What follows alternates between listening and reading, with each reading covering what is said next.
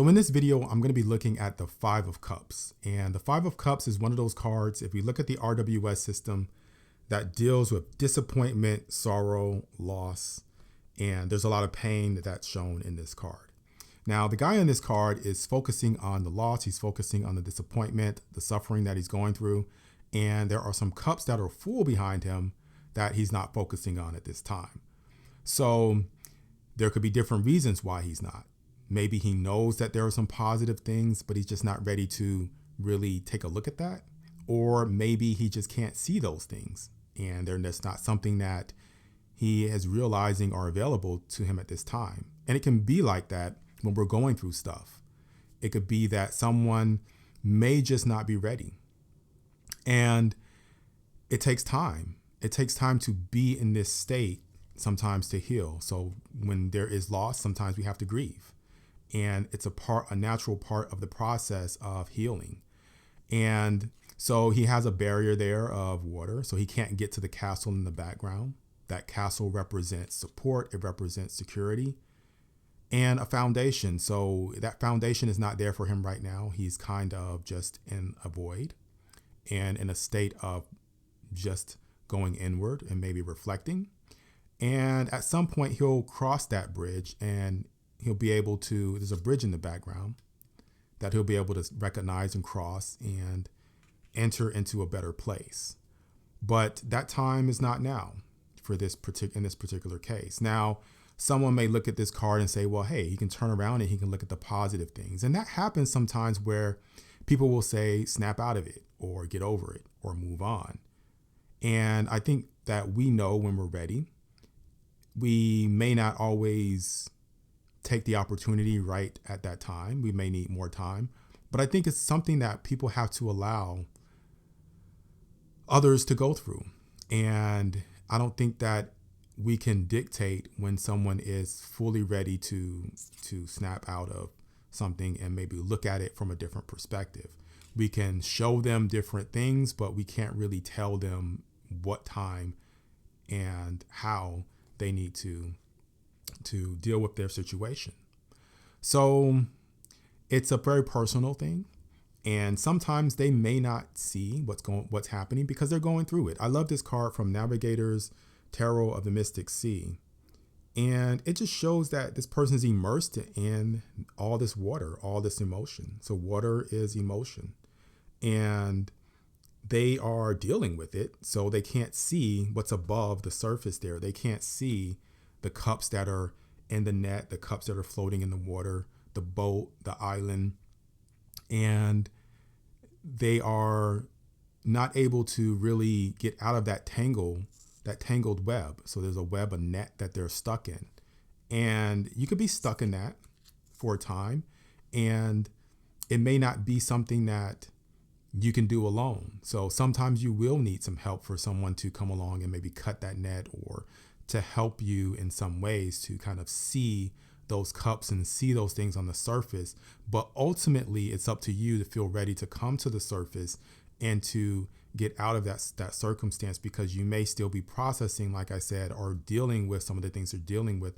And when you can heal in that way, it will help you in the future to recognize things and to prepare, or to really feel like you can surrender to that type of situation, knowing that you'll be okay.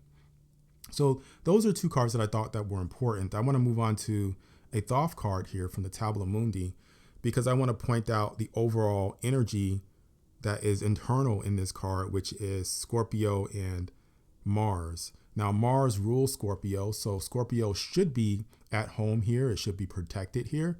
And it is to some extent, but this takes place in the realm of Mars if we go back to the Tree of Life, and because it's the number 5. And so because of that, there's too much Mars energy, which is too extreme for Scorpio, and it sort of burns away that water energy of Scorpio. And you're left with this desolate environment of, these powerful energies of fire, which are these pyramids in the back, those triangles representing fire. And you also end up with this very cracked and dry landscape where the water elements are not able to be sustained. And we have to realize that environment matters as well. So whatever environment you're in can actually cause that healing process to take longer. But this card really does connect to also the death card. And you'll see a lot of similarities with this card in that card, especially here in the Japaridze Tarot, where you have this woman who's walking in a graveyard surrounded by all of this loss and death, but she's pregnant. There are flowers around her. She's holding flowers. And you can see that juxtaposition of, okay, yeah, there's always going to be this process, this cycle of growth that happens because of this. So it makes way for new opportunities, new life. It makes way for a new way of thinking. It makes way for you to be stronger and for you to progress. But there is this period of a void. There is this period where it looks desolate, where it looks bad. And the tarot physics, we have vacuum.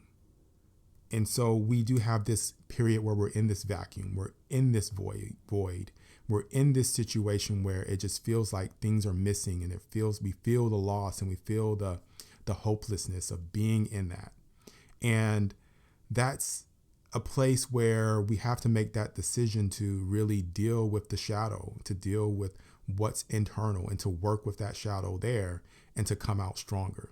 But this guy, even though he's looking at the cups that are down there, he is focusing on his shadow, and he is going to be able to maybe try to understand or heal that shadow.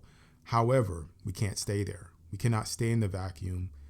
If you think about space and you think about a vacuum, something has to change, or else you just stay in that state.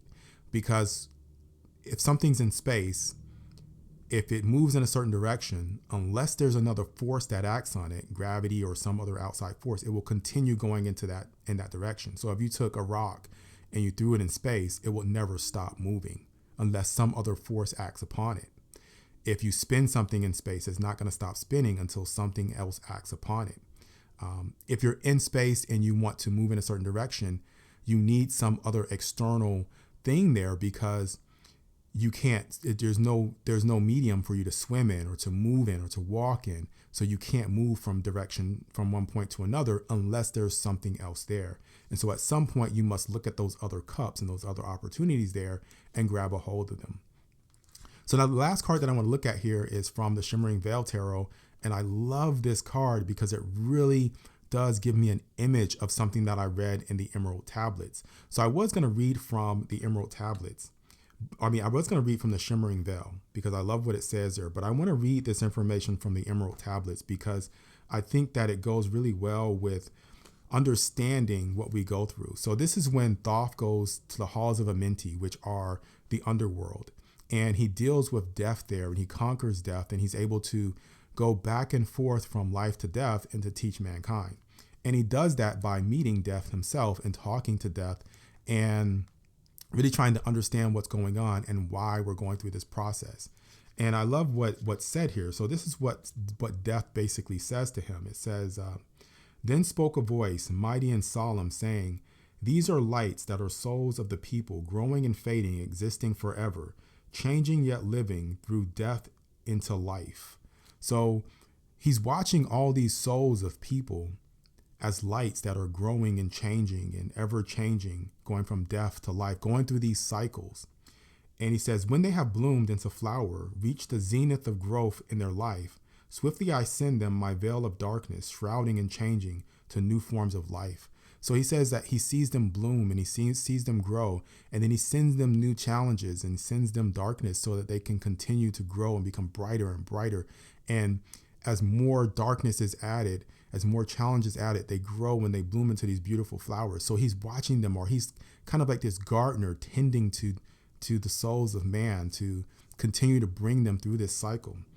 And he says, steadily upward through the ages, the souls grow and expand into yet greater flame, lighting the darkness yet with greater power, quenched yet unquenched by the veil of the night. So grows the souls of humanity ever upward, quenched yet unquenched by the darkness of night. I death come, and yet I do not remain, for life exists in the all. Only an obstacle am I in the pathway, quickly to be conquered by the infinite light.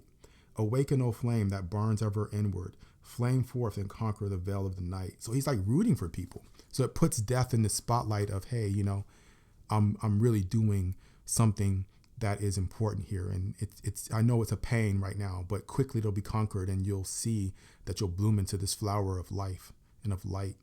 And if you haven't read the Emerald Tablets, I think that it's a great thing to read. And a lot of it's kind of, you know, something that you have to read over and over again, but it really does help you to, I guess, it's preparatory for a lot of the esoteric knowledge that you might get from studying tarot. And I always recommend it. So I wanted to read that statement there.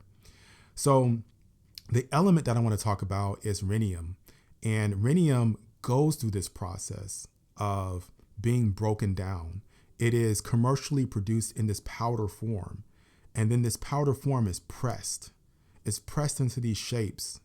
And then it has this sort of state where it's not very stable, but it's in this form. And then heat is added. It goes through this process called resistance sintering, where it's exposed to more pressure and more heat. The sintering metal process, also called press and sinter process, starts with a metal powder. Next, the compression ram compresses the metal powder to form the shape of the part. A substantial force is needed to press the metal powder into one piece. And so that it will actually fuse together and bond together and form this really strong metal that can be used for different parts and used for different things. The compressed parts are heated to a very high temperature, which fuses, or sinters the metal into a solid piece. This process can take up to several days. And it's a continuous process. And so it takes time for it to go through this. It could take up to 7 days for it to actually harden and become something strong. But it makes it better. And, you know, it's like that with us. You know, we are broken. And if we look at the name of the card on the Navigators Tarot of the Mystical Seas, it says dissipation. And so it's you are actually dissolved, or you are separated or scattered or dispersed. And then that pressure and those different circumstances will actually mold you into something and change your form so that you're able to really understand different situations as you encounter them. So you become wiser. Eventually we get to a point where it's no longer necessary. And so I know that in the spiritual community, we like to call it ascension. And so we ascend. And I think that has to do more so not with levels of being better, but just frequency or overall energy and being able to deal with things in a certain way. So that is the information that I wanted to give you on this card, and, you know, how it relates to rhenium and how we can learn from the things that we go through, and how we can also have an understanding of people when they're in those situations, and how it's important for them to go through this process and to be in that void, and to just really be there as a support, but also to allow them that. And so thank you guys so much for watching. My name is Will. This is Atypical Tarot, and I'll see you next time. Bye.